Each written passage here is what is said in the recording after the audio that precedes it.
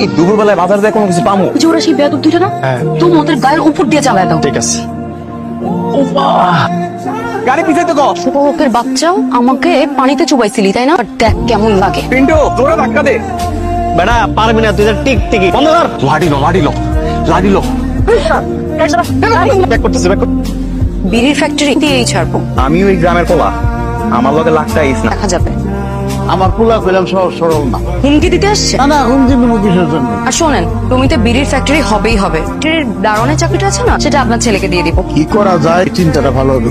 তো পাইছি শহরের কাঙ্গালি রে, আজকে তোরে কে বাঁচাইবো? তুই এখানে আমরা তো তোর লাগে একটা উপহার নিয়ে এসেছি। কিসের উপহার? এই যে ভাই বিড়ি ফ্যাক্টরি দেওয়ার একটু নিজে খাইতে কেমন লাগে? আমি বিড়ি কেন খাবো?